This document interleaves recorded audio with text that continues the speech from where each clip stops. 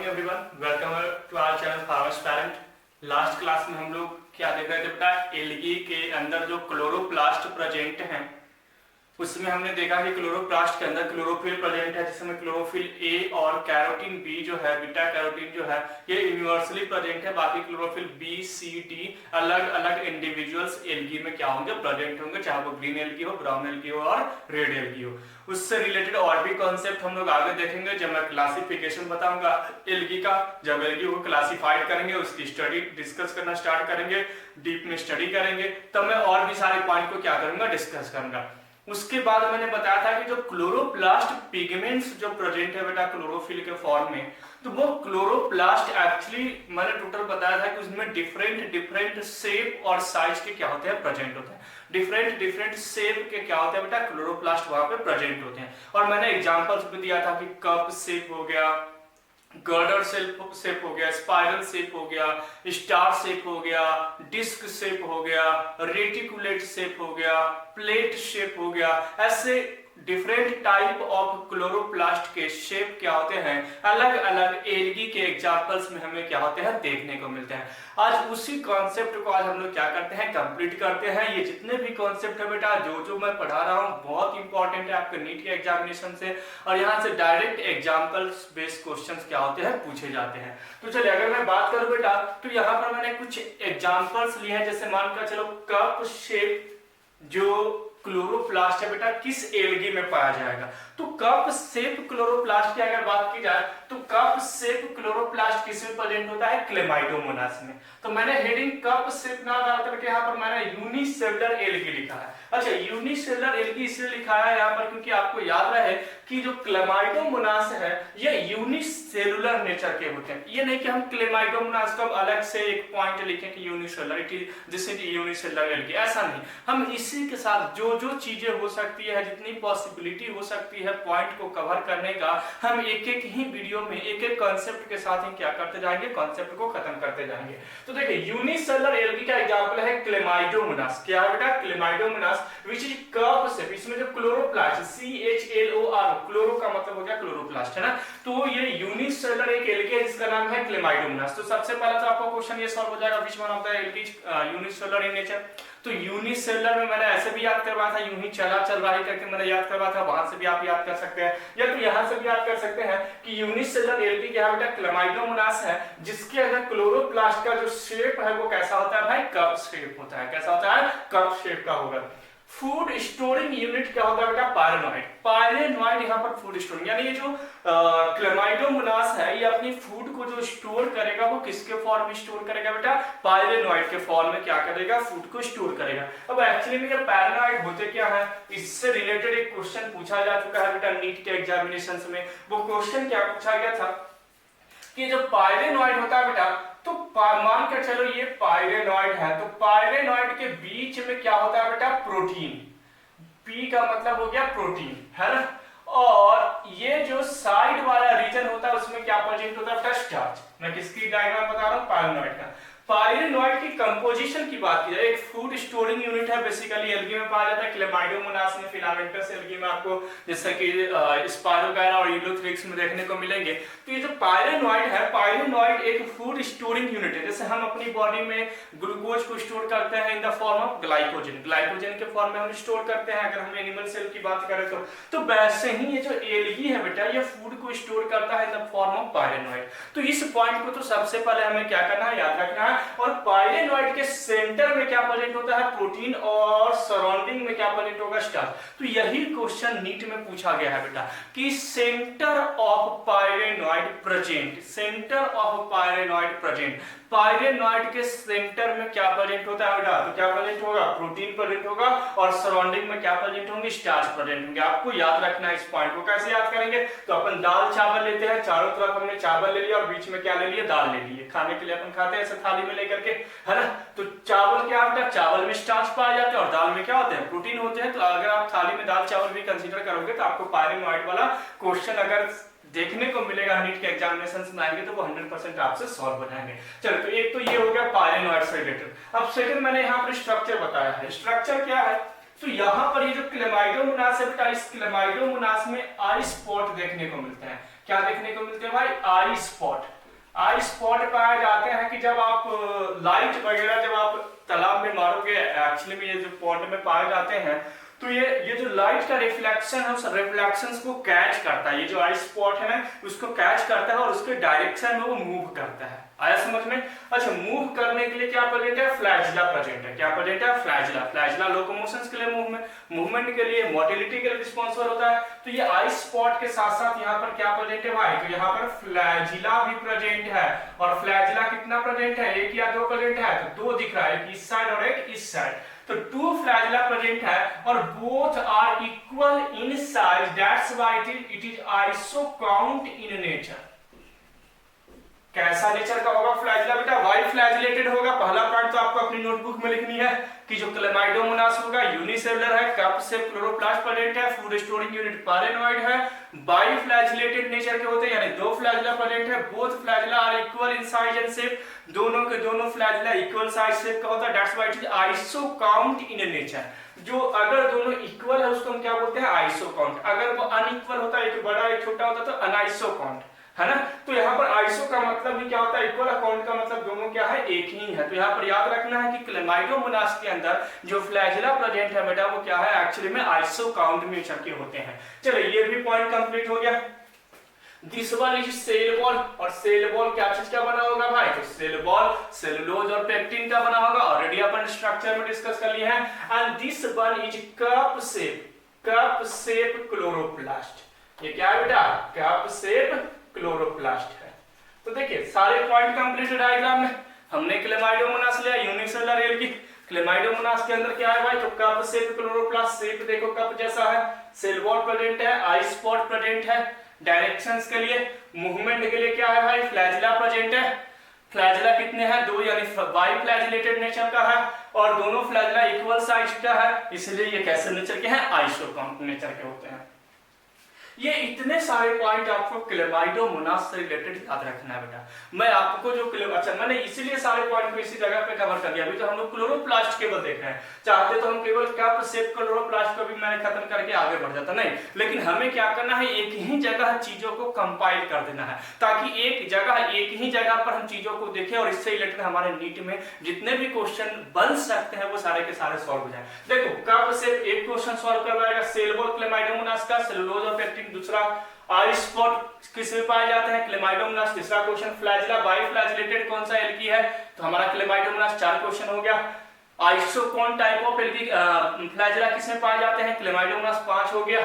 Food storing unit कौन सा है भाई? पायरेनोइड में, पायरेनोइड है 6 क्वेश्चन हो गया। यूनिसेलुलर एल्कीन में से कौन सा है? क्लेमाइडोमोनास यानी 7। टोटल 7 टाइप ऑफ नीट और एम्स के क्वेश्चन यहाँ पर क्या हो सकता है बेटा? इस छोटे से डायग्राम से, इस छोटे से 5 मिनट की वीडियो से हम क्या कर सकते हैं? सॉल्व कर सकते हैं। तो हमें ऐसे ही चीजों को करना है, हमें ऐसे ही छोटे छोटे पॉइंट को क्या करना है? एक ही जगह पे कंपाइल करना और वो मैं करके आपको दूंगा। आपको तो बस क्या करना है? घर पे अच्छे से इसको नोट्स बनाने हैं और उसकी स्टडी करनी है ना। जितने भी पॉइंट होंगे ये छोटे छोटे पॉइंट कंपाइल करके देना कि जैसे आप एनसीईआरटी पढ़ोगे तो एक ही जगह ये सारी चीजें आपको नहीं मिलेगी, लेकिन हमें मालूम है कि ये चीजें हमने दूसरे चैप्टर से या तो हमने 2 पेज आगे से जो कॉन्सेप्ट हमें देखने को मिला, लेकिन कॉन्सेप्ट इसी से रिलेटेड है, इसलिए हमने इसको यहीं पर क्या कर दिया? बाइंड अप कर दिया, यहीं पर इसको पुट अप कर दिया। तो आपको बस केवल और केवल जो मैं पढ़ाता हूं बेटा, नो डाउट मैं आपको बार बार कहता हूं कि इससे बाहर आपको नीट के एग्जामिनेशन में क्वेश्चन देखने को नहीं मिलेंगे। आप हमारी वीडियोस को ऐसे ही देखते रहें। चलिए नेक्स्ट हम लोग आते हैं फिलामेंटस एल्गी पर।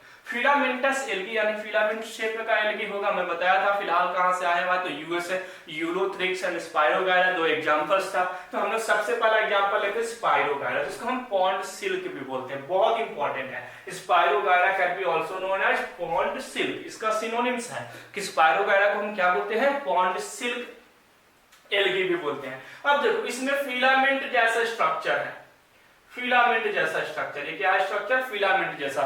जैसे लालटेन वगैरह होते थे पहले के जमाने में, तो उनमें फिलामेंट शेप के क्या होती थी, जो जलती थी चीजें वो फिलामेंट शेप की होती थी। आप लोगों ने नहीं देखा होगा, लेकिन हमारे जमाने के लोग, हमारे जमाने के बच्चे देखते थे कि लालटेन में एक फिलामेंट शेप का एक क्या आता था, उसको हम बोलते थे बत्ती या कुछ ऐसा करके एक वर्ड यूज होता था।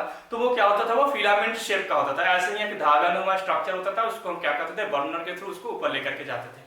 तो वही है फिलामेंट जैसा इसमें स्ट्रक्चर देखने को मिलेगा। क्लोरोप्लास्ट कैसा शेप में है? Spiral shape.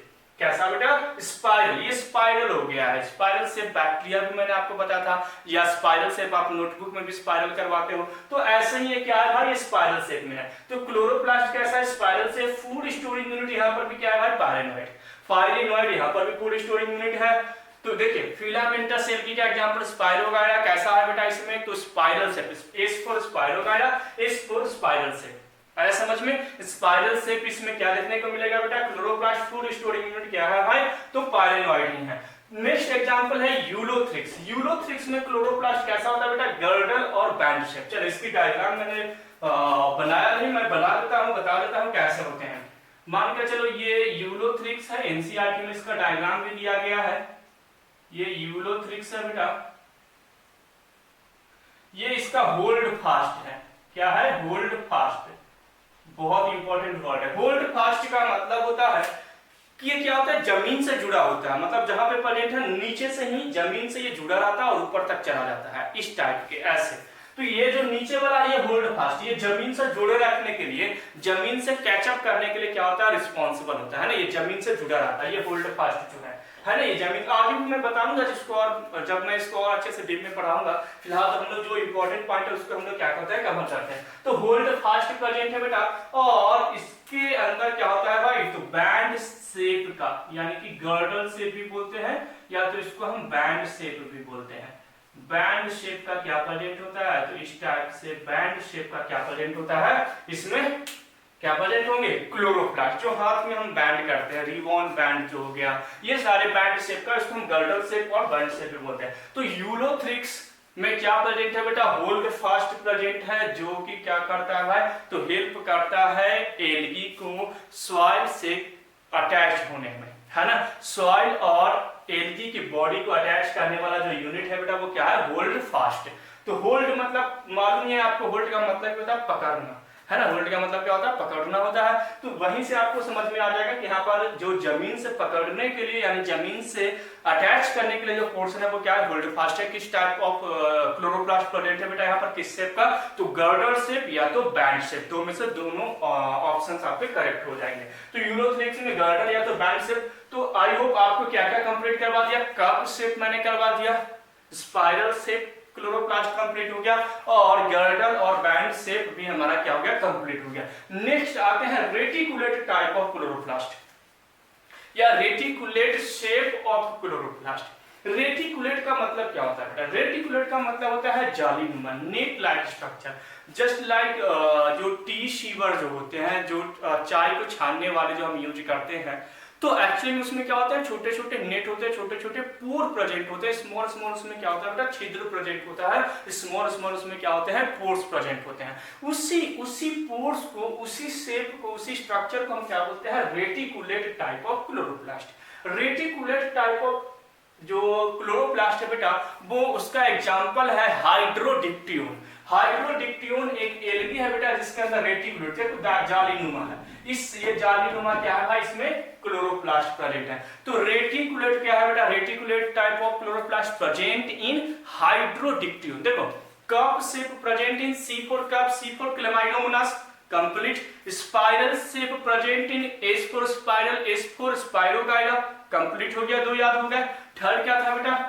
गर्डल और बैंड शेप। गर्डल और बैंड शेप।